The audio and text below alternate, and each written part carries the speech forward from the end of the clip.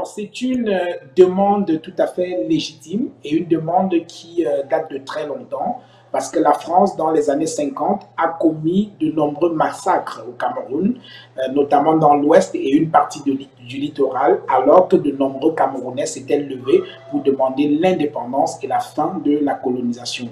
Donc, c'est un contentieux historique qui demeure entre le Cameroun et la France et c'est un contentieux qui doit être vidé. Donc oui, Macron doit reconnaître les crimes de la France coloniale au Cameroun.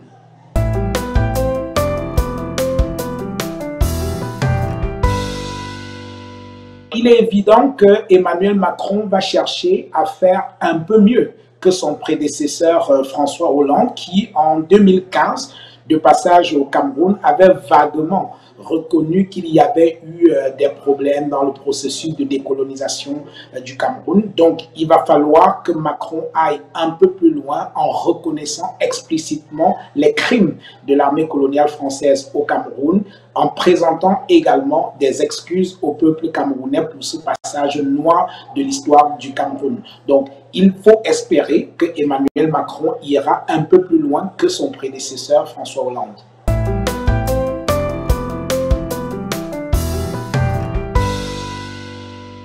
Il est évident aujourd'hui que les relations entre la France et le Cameroun ne peuvent pas être normalisées tant que ce contentieux historique n'a pas été soldé.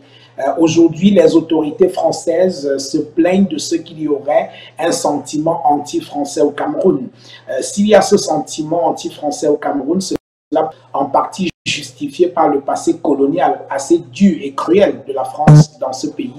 Et évidemment, si on veut conjurer ce sentiment anti-français-là dans la société camerounaise, il va falloir absolument et impérativement passer par la reconnaissance des crimes coloniaux de la France au Cameroun, présenter également des excuses au peuple camerounais. Et c'est de cette manière-là qu'on pourra renégocier les nouveaux termes du partenariat entre le Cameroun et la France.